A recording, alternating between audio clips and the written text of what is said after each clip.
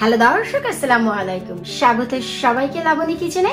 আপনাদের সাথে আজ আমি যেটি শেয়ার করতে যাচ্ছি তা হচ্ছে একটি লিকুইড অর্গানিক সার। তার মানে হচ্ছে ঘরোয়াভাবে লিকুইড জৈব সার কিভাবে আপনারা তৈরি করবেন। এর আগেও আমি একটি জৈব সারের ভিডিও দিয়েছি, তো সেখানে সেটি ছিল ড্রাই। আজ আমি লিকুইডটি বানাচ্ছি। আর এই লিকুইড সারটি আমাদের গাছপালার জন্য এত বেশি উপকার যা আপনারা না বানালে বুঝবেন না, এবং একবার এই লিকুইড সারটি গাছে না দিলে তার উপকারিতা বোঝা বড়ই মুশকিল। আর এই লিকুইড জৈব সারটি বানানো এতই সহজ, ঘরোয়া কিছু জিনিস দিয়েই আপনারা গাছের প্রপার একটি খাদ্য বানিয়ে নিতে পারেন। এই যে এখানে দেখতে পাচ্ছেন, এটি হচ্ছে ম্যাঙ্গোর স্কিন। আমি আজ একটি আম খেয়েছি, সে আমের খোসাটি নিয়ে নিয়েছি। কিছুটা আম লেগে আছে, তাতে ঘাবড়াবার কিছুই নেই। এই আমটুকুও আমাদের গাছের জন্য অনেক ইম্পর্টেন্ট। তার সাথে সাথে আমি নিয়ে নিয়েছি একটি কলার খোসা, বানানা স্কিন। কালো হয়ে গেছে দেখে ঘাবড়াবেন না, যত বেশি পাকা হবে ঠিক এই কলার খোসার উপকারিতা ডে বাই ডে ততই বাড়তে থাকবে। এর মানে এই নয় যে কাঁচা কলার খোসায় বেশি ভিটামিন এবং পাকা কলার খোসায় কম, তা নয়। পাকা হলে আমাদের কাজটি একটু সহজ হয়ে যায়, এই আর কি। তো এখন চলুন আমরা এই লিকুইড অর্গানিক সারটি কিভাবে বানাই আপনাদের সাথে তাই শেয়ার করি। এখানে আমি 1 লিটার পানি নিয়ে নিয়েছি, নর্মাল ট্যাপ ওয়াটার। এটা ঠান্ডাও নয় গরমও নয়, নর্মাল ট্যাপ ওয়াটার। এই মাত্র কল থেকে আমি 1 লিটার পানি নিয়ে নিয়েছি। আর 1 লিটার পানির জন্য আমি একটি কলার খোসা এবং একটি আমের স্কিন ব্যবহার করব। তো আমরা কিভাবে ব্যবহার করছি আপনারা একটু দেখুন।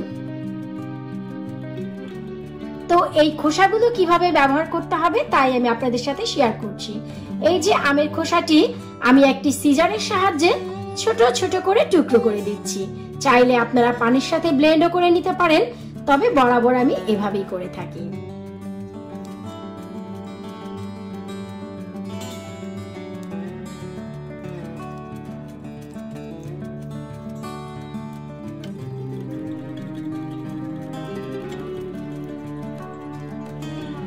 এখন একইভাবে আমরা এই কলার খোসাটিও কেটে নেব। এই যে কলার উপরে একটি মোটা অংশ থাকে, আমরা এটিও কেটে নেব, এটিও আমরা ফেলে দেব না।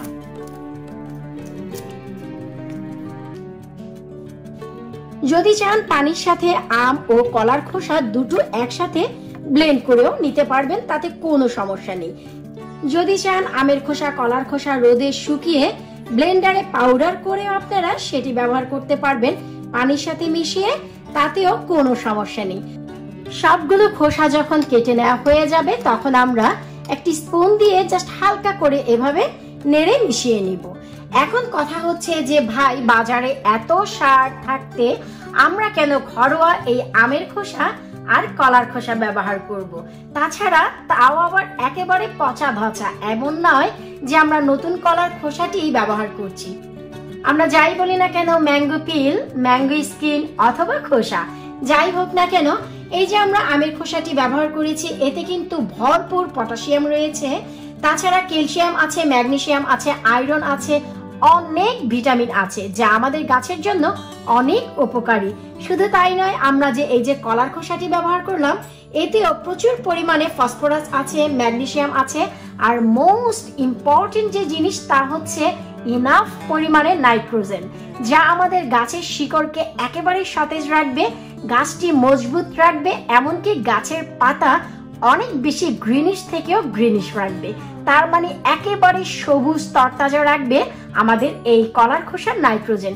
তো দেখলেন তো কত সহজে আমরা ঘরোয়া কিছু জিনিস দিয়ে একটি সার বানানোর প্রস্তুত প্রণালী শুরু করে ফেললাম। এর মানে এই নয় যে আমাদের সারটি কমপ্লিট হয়ে গেছে।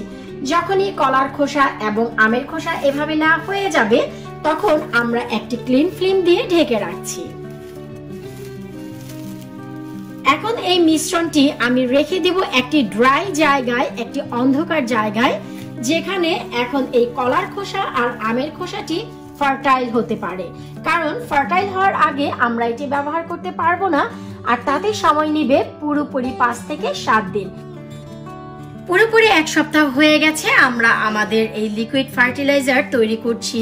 আশা করি আপনারা দেখে বুঝতেই পারছেন যে আমাদের কলার খোসা আর আমের খোসাটি অলরেডি ফার্টাইল হয়ে গেছে, কারণ এই যে জৈব সার, লিকুইড জৈব সার একটু লক্ষ্য করলেই দেখবেন যে এর পানির কালারটি একেবারেই চেঞ্জ হয়ে গেছে।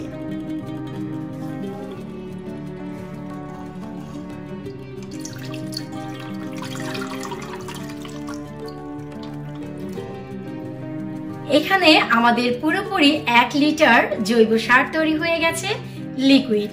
এখন এই সারটি আপনারা অনায়াসে ব্যবহার করতে পারবেন প্রিজার্ভ করে রেখে। এখন লিকুইড সারটি প্রিজার্ভ করে রাখার জন্য আমি একটি নেটের সাহায্যে আপনারা এখন যে কোনো গাছে ব্যবহার করতে পারবেন অনায়াসে।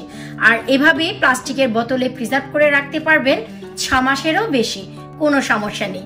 আর আমাদের প্রিজার্ভ করে রাখারও প্রয়োজন নেই। এখন যেহেতু গাছে ফুল ফল হচ্ছে, তার মানে আমাদের এই সারের প্রয়োজন হবে এভরি উইক, তার মানে প্রতি সপ্তাহে আপনারা এই লিকুইড সারটি ব্যবহার করতে পারবেন। আর এই যে কলার খোসা ও আমের খোসার অংশটি আছে, এই অংশটি আপনারা ফেলে দেবেন না। যারা বাহিরে গার্ডেনিং করেন, গার্ডেনে, সেই সব গাছের নিচে আপনারা এই অংশগুলো রেখে দিতে পারেন, শুকিয়ে নিজে নিজেই সারে পরিণত হয়ে যাবে। আর ঘরে যে টবগুলো আছে সে টবে দিবেন না। অনেক সময় দেখা যায় ঘরে অতিরিক্ত তাপমাত্রা না পাওয়ার কারণে এই জিনিসগুলোতে ফাঙ্গাল ধরে যাবে, তখন কিন্তু গাছের আবার ক্ষতি হতে পারে। আর ঘরে যদি তাপমাত্রা বেশি থাকে তবে এইগুলো গাছের গোড়ার সাইডে দিয়ে দিতে পারেন, শুকিয়ে নিজে নিজেই ফার্টাইল হয়ে ফার্টিলাইজারে পরিণত হবে। তার মানে হচ্ছে আমরা লিকুইড সারও পেয়ে গেলাম এবং 1 সপ্তাহ পর আমের খোসা এবং কলার খোসা একেবারেই পারফেক্ট আছে। এখন এগুলো রোদে শুকিয়ে প্রিজার্ভ করতে পারেন গাছের গোড়ায় দেওয়ার জন্য। দেখলেন তো কত সহজেই আমরা লিকুইড অর্গানিক সার তৈরি করে ফেললাম। এখন চলুন এই সারটি কিভাবে ব্যবহার করি আমি আপনাদের একটু দেখিয়ে দিচ্ছি। এখন এই যে আমরা বানিয়ে নিলাম সারটি, তা অল্প পরিমাণে আমি এই যে মাটিতে দিয়ে দিচ্ছি, খুব বেশি না। এখানে আমি অ্যারাউন্ড 2 টেবিল স্পুন দিয়ে দিলাম। তো দেখলেন তো কত সহজেই আমরা লিকুইড সার তৈরি করে ফেললাম। আর এই সারটি গাছের জন্য মোস্ট ইম্পর্টেন্ট, কারণ এতে অনেক ধরনের এলিমেন্ট আছে যা আমি বানানোর সময় আপনাদের এক্সপ্লেইন করেছি। আশা রাখবো আজকে এই ভিডিও আপনাদের এই সামারে অনেক উপকারে আসবে। আমার সাথে সাথে ভিডিওটি কেমন লাগলো কমেন্ট বক্সে কমেন্ট করে জানাবেন। আজকের মতো বিদায় নিচ্ছি, আল্লাহ হাফেজ।